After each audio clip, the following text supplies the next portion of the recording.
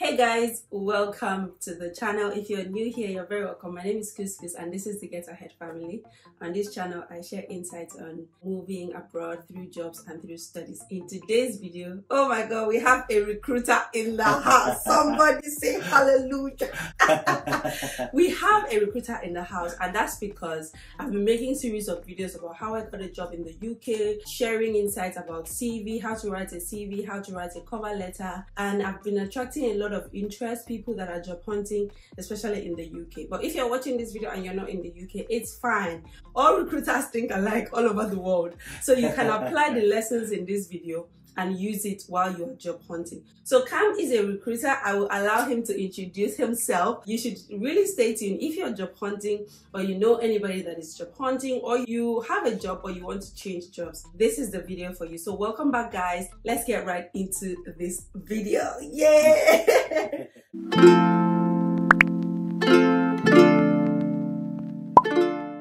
This video is sponsored by Amber Student. Amber Student is one of the largest student accommodation providers in study abroad destinations. And if you're planning to study abroad, whether in UK, other parts of Europe, Canada, Australia, or United States of America, then you should visit Amber Student platform to select your ideal student accommodation based on your budget or your location. All you need to do is visit my description box in this video, go to the link to visit Amber Student, click that link. It will lead you to Amber Student website, and you'll be able to register your interest and select your ideal accommodation. You have to do this on time because good student accommodations run out very fast, and if you don't register on time to signify your interest and go through the paperwork so that you can secure your accommodation, you may miss the ideal accommodation for you. So what are you waiting for? Hurry now and click the link in my description box and get your accommodation on Amber Student platform. Thanks to Amber Student for sponsoring this video. Okay, we'll start with you, Cam. Can you introduce yourself, like your name and what you do? Yeah, my name's Cameron. I'm a recruiter for finance. I've worked within recruitment for the last 5 years. 5 years? In different sectors. I actually didn't know you've been recruiting for 5 years. Yeah, in education recruitment, in engineering recruitment, and now I'm working within finance recruitment. Wow, so you have education experience, engineering and finance. So people watching this video will not say, oh, he's a recruiter in finance. He has diverse experience. So we're going to see if there's anything different in the industry. Yeah. I know I didn't draft that question, but okay, let me start with that so I don't forget. In your 5 years of experience in different industries, is there any difference in the recruitment process for you as a recruiter, or it's just the same thing, nothing changes? In terms of the process remains the same. It's just the skill set which would vary. Different sectors are easier to get sponsorship. For example, engineering, a lot of companies will take people offer sponsorships, companies, and also within finance, as opposed to education where the money is not there as such. It's like public schools and education within the government is not funded well, so companies are unable, schools are unable to sponsor. So that means when you were recruiting for education, it was mostly for the government, like government schools and all? Public schools, yeah. Public schools, yeah. And there was more checks, so the school would have to go through to make sure you have to have background checks and police checks, because obviously you're working with children. So it's a longer process, and like obviously proof of address and so forth, where finance and education, they want to make sure that they get the right person as soon as possible, and then they'll kind of move 1-stage interview, 2-stage interviews. But in engineering, companies are more open to sponsoring foreigners. Yeah. Because a lot of companies that I worked with Lotus and Aston Martin, so international organisations, so they understand the process and they want to make sure they get the right people in. Well, you're the best fit for this video then, because you recruited for international organizations, you recruited for government, you are all round. Okay, let me start with the questions I have, because Cam doesn't have so much time. If after the end of this video you have further questions, drop it in the comment section. I have access to Cam, you know. I will send him the questions and he would be kind enough to respond to the questions. So don't worry about us not addressing everything about recruitment in this video. Just make sure you drop your question, and also appreciate Cam because he is busy. He's a busy recruiter, and I had to drag him to this channel today. So please, let's see that you appreciate Cam in the comment section. So my first question is, what do recruiters do? Just give us a general idea. Generally, what we do is build relationships with clients and directly and understand their recruitment needs. So it'll be clients. You mean like employers? Yeah, exactly. So it will be understanding what they look for in their staff. So, for example, with finance, one of the clients we work with is Starbucks. So again, another international organisation. We would speak to the finance manager and understand, okay, how big their team is and what personalities and what traits they look for and what skill sets they look for in their staff. So then we use that for when we know there's a vacancy coming up. We use that information to select and pre-screen candidates and put them forward for the interview process. So you don't actually hire candidates, you just ensure that candidates are selected for interviews. Yeah, so that's the side that I do. But you also have another side of recruitment, which is called talent acquisition, which is an internal, companies have internal talent recruitment teams as well. So we work externally. External recruiters get commission, where internal recruiters do not get commission. So for myself, I work very late hours, making sure that we find the best candidates, stay in late to find and call and build the relationship with the candidates, where talent acquisition and internal recruiters won't. And due to that, we take time to study and understand what and have an idea of what candidates are good for different companies. So competitors, where talent acquisition won't do that. They will just do their own recruitment for that one company. Oh yeah, okay. So you're an external recruiter, you find the talent and then you hand them over to the internal recruiter to screen them for the role? Sometimes, but we would do it straight to the hiring manager. So it would say, for example, yourself, you work for, say, Aston Martin, and Aston Martin, a massive organisation, and you need a design engineer. It will go to your internal HR team and their company's recruitment team, and if they can't find a good candidate, then they will come to me, an external recruiter, and say, we need your help. What candidates do you have that are you working with? Okay, interesting. So it's very important to have good relationships with external recruiters. Yeah, right. That's very good. This is getting very interesting because I really don't know the recruitment processes a lot. Although I just have personal experience from when I apply for jobs, but I don't really know what happens behind the scenes. Okay, so now the HRs in these companies, your clients come to you and say, I'm looking for a design engineer. So now, how do you find a suitable candidate?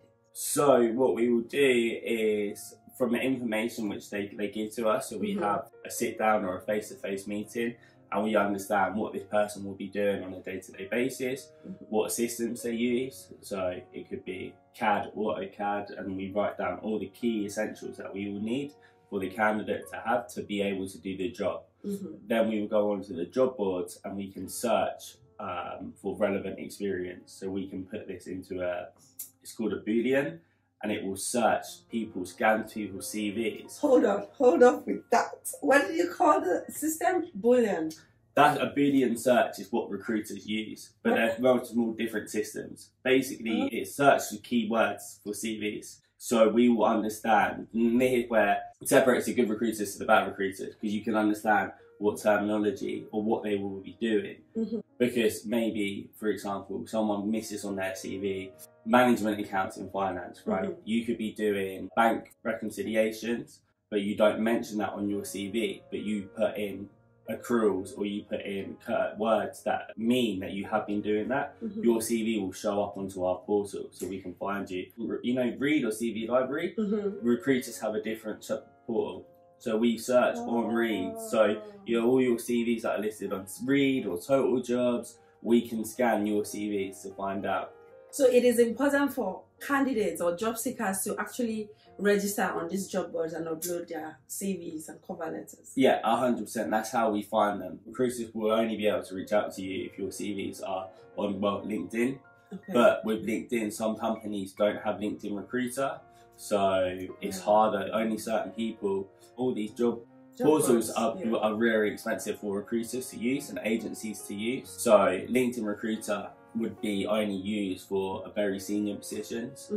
Someone that was like a CFO, and then if we were working on a CFO vacancy. But junior positions, you would never use LinkedIn. So we would use Read, CV Library, Total Jobs. So Cam, I need you to give me an idea of the job boards.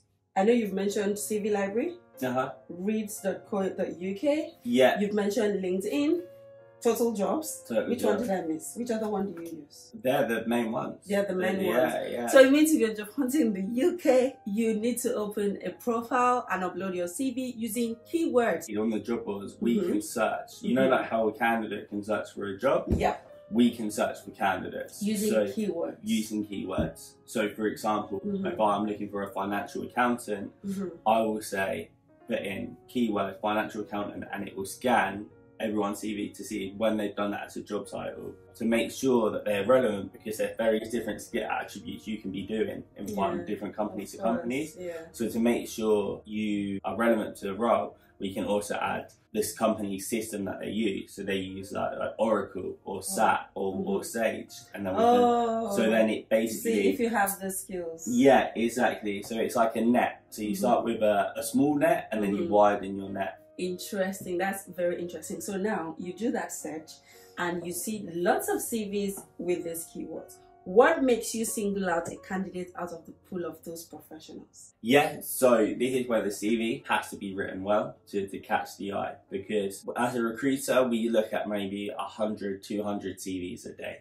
And our job is, it's a very saturated market. So our job is to make sure we can find the good people as soon as possible. So it's a race. So we want to make sure that when we look at the CV, we can scan it quickly and it can make sense and it reads well, so we can understand, okay, in your last job, this was what your key responsibilities were. How long were you working at that job, and what is your current situation? If your CV format is all over the place, I won't call you, basically.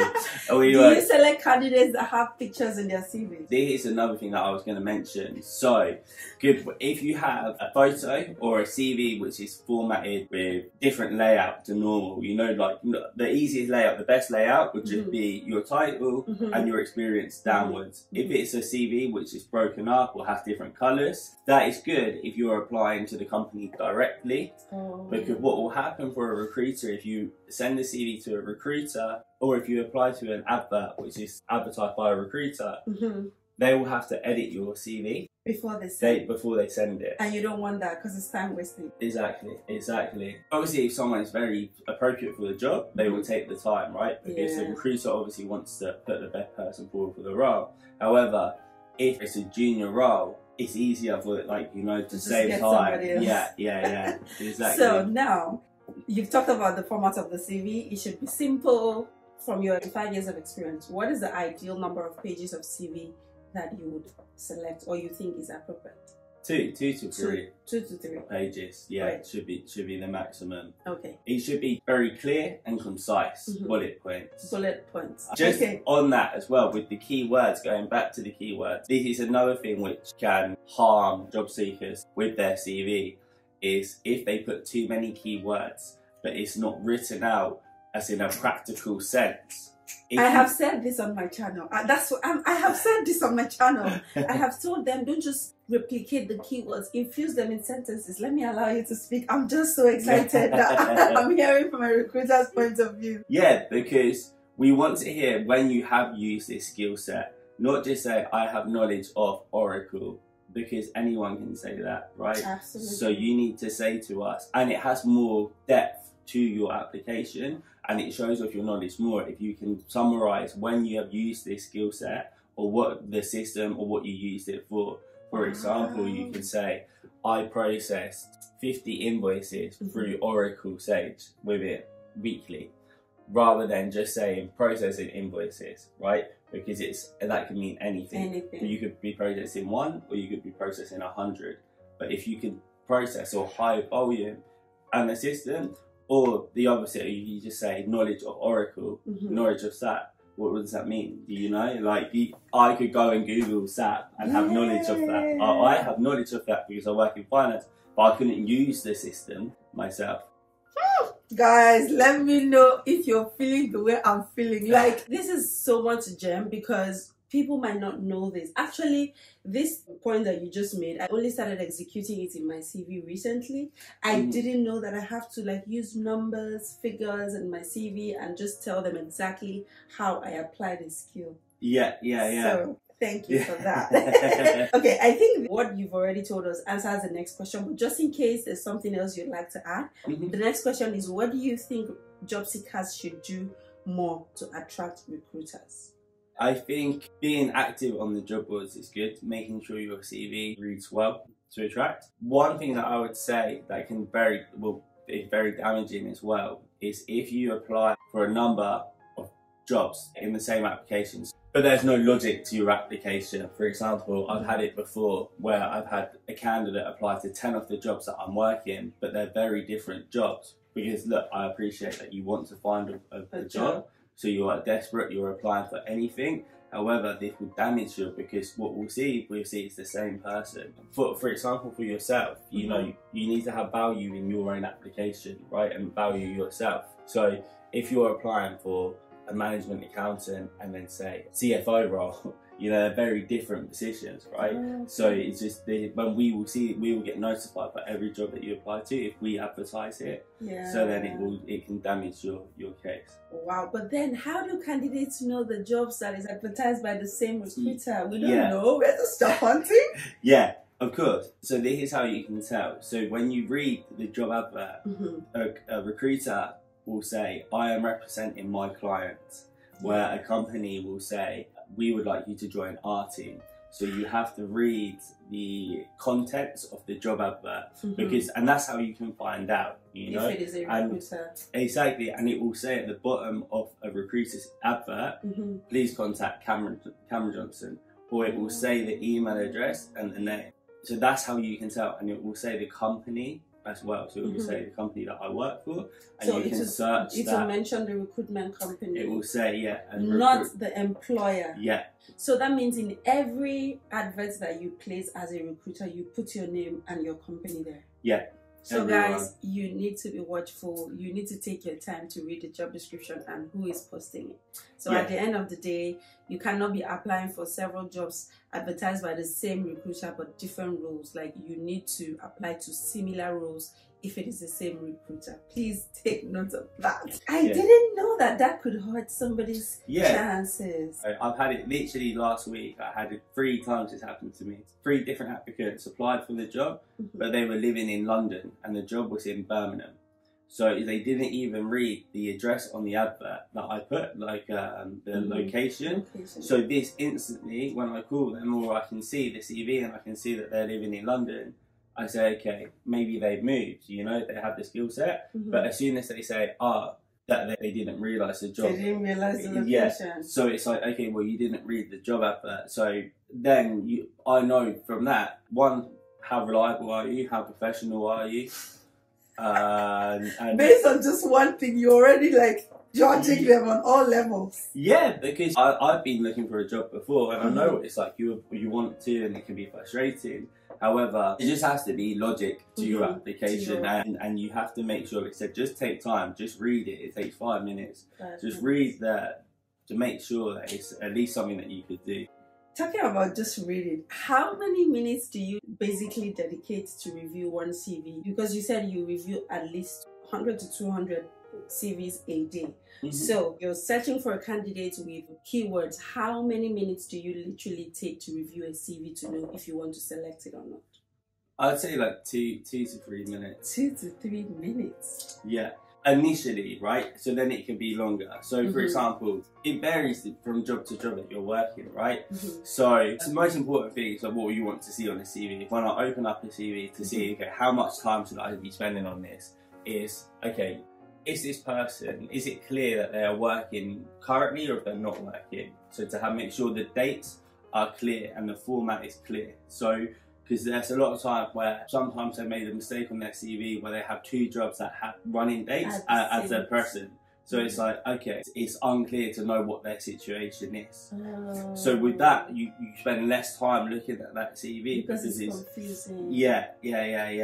So you want to make sure it's clear. So explicitly states, including where you worked. Are you still working there like from February 2023 until date? Or if you've ended the job from February to December. So something like that. So we know exactly whether you're still working or you're out of job. Yeah, Yeah, exactly. So before we move on, what's the next thing you look out for in a CV? It depends on the job that I'm working, right? Because it could be the qualification. So, for example, with quality engineer, you would need to be qualified in ISO certifications, right? So I would make sure to see if you have actually done this and when you've done that, right? Because the keyword search, we search different terminologies, right? So it will say Oracle or Sage, right? Because the client might be open to both. So we look to see which one you worked with before. You're looking at, are you working currently? What your current situation is? Because it's always better, for example, if someone's working currently within a job, right?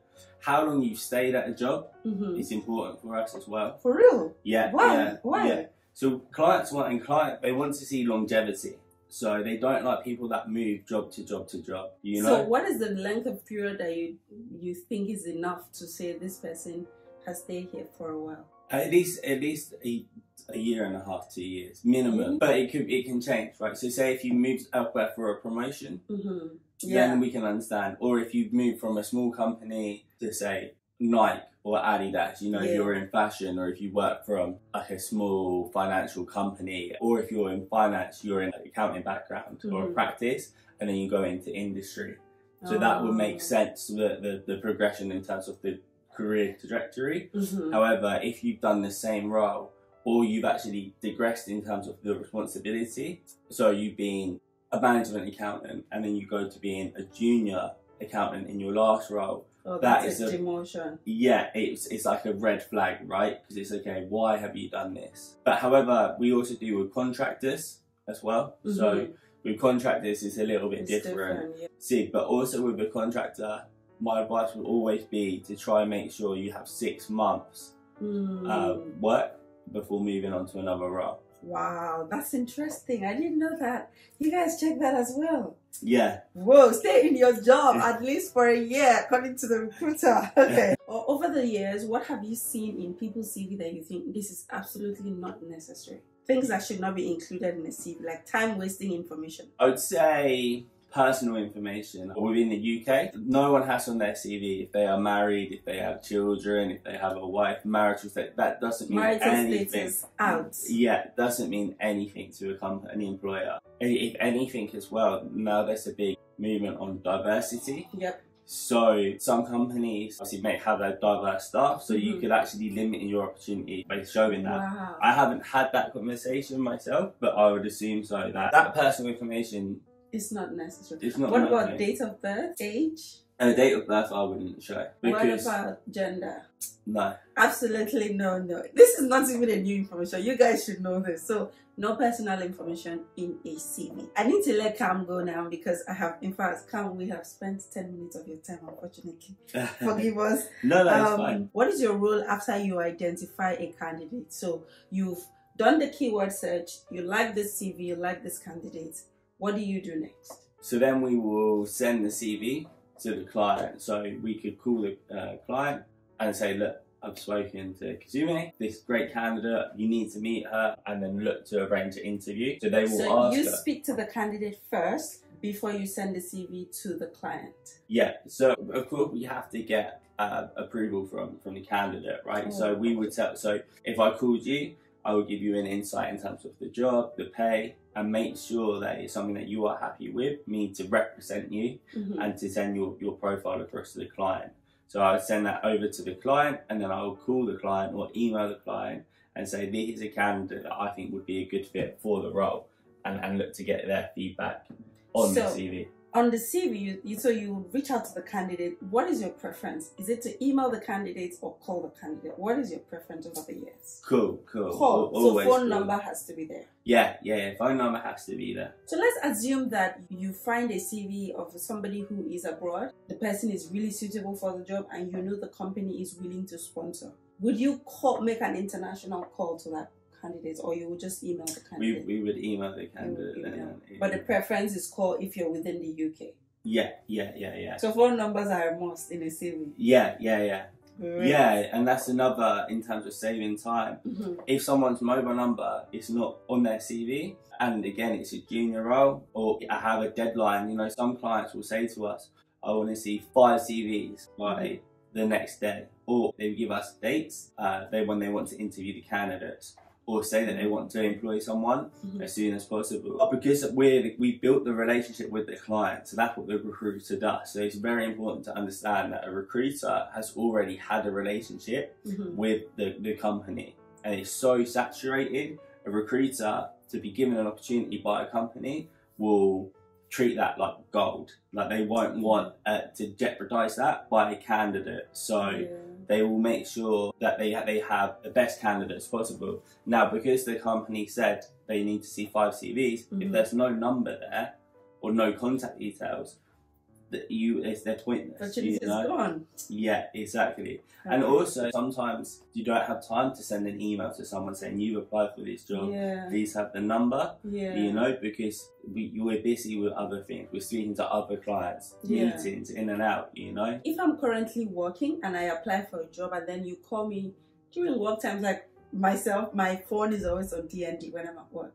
So you call me and it doesn't ring, or I don't pick up. What happens? So we would leave a voice message, and what I do personally, because I appreciate people are at work, right, during the day, is I send a text message as well, just to say, because I appreciate even myself, my emails are on my phone, sometimes I don't check my emails on my phone. However, when I have a text message, you can see it easier. So I will send a text message saying, okay, look, please can we arrange a call? Also, we aren't scary monsters, you know, like, we want to just help you find a job as well, right? So when we're trying to contact you, even if you're at work, just let us know what time we can call you. If you just say, I'm at work, and are abrasive or abrupt, or don't give us a time, it shows that we don't have any commitment from you either, right? So it's all about having that mutual relationship between the candidate and the recruiter. And that's, again, another big bit of advice that I can give is, recruiters, we have a number of relationships with clients. So if you have a bad relationship with a recruiter, or if you avoid the calls or don't show up for an interview, this will put a stain on your mark for that company, right? So for example, there's 50 people within my company at different areas of the UK, but we all speak to each other.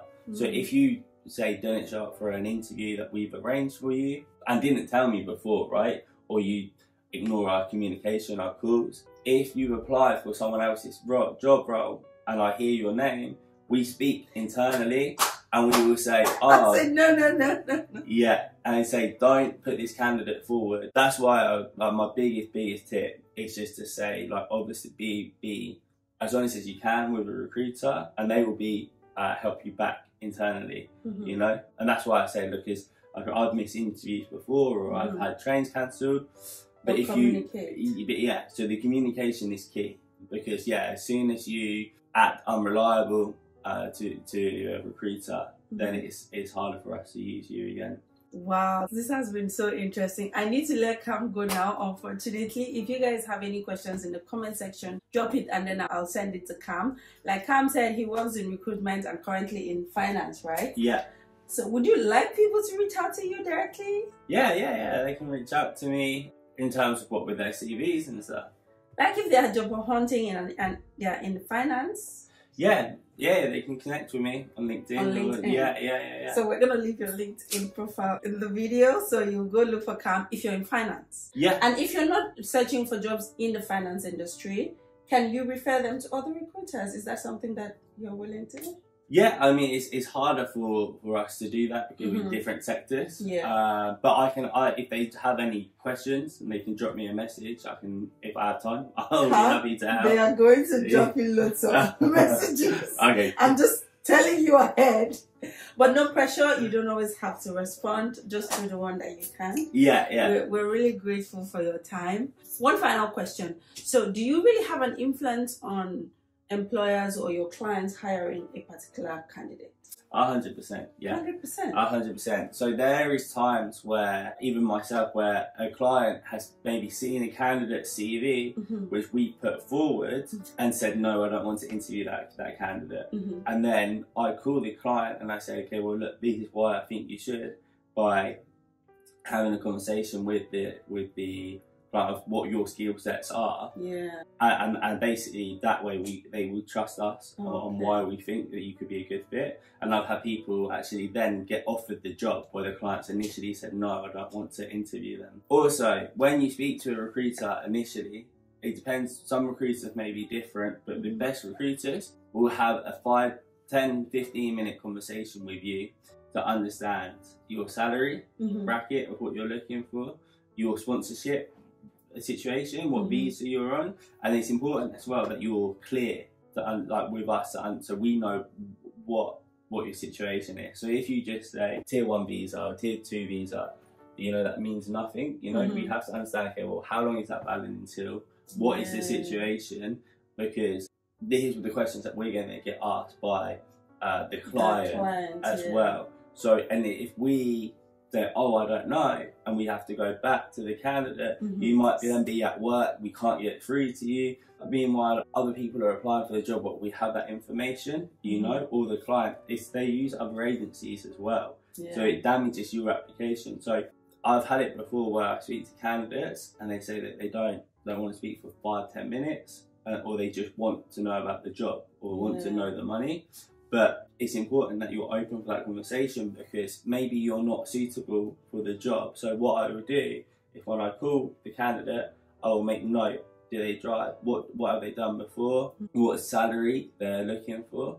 Because as soon as we get off the phone, there could be another company that calls me and you could be the best fit for that role. But I need to know if that's something that you want to do. So what industries you want to work in? Do you have a preference? Is there anything that you want to avoid?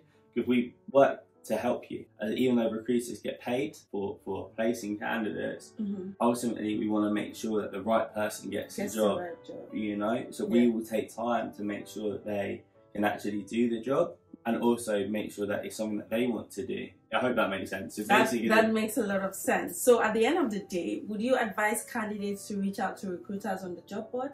Like, you post a job and I want more information. Is it okay to call you up or email you that, you know, more information, and then send you my phone number to call me if you're willing? Is that a good thing? Is that a good practice? And we like to see the CV first, where we can read through your CV and we can say, okay, when were you doing this, or understand what your skill sets are, because you know, anyone can call someone and say, okay, I've worked, or you might miss information out, right? So we could see on your CV, I could speak to a client and they could have said to me 20 minutes ago, oh, anyone that's worked in finance, say like the top 4, like the practice firms, will be our preference on a candidate. But if you call me about the role and I don't have your CV, you might be suitable for that job that's just come in and you'd be priority. But because I can't see that information, I'll just say, okay, send me the CV first, because we will always ask to see the CV. I think in terms of like calling and asking recruiters for help is definitely something that we can help out with. So first apply for the job, the role, and then reach out to the recruiter. That works, right? Yeah.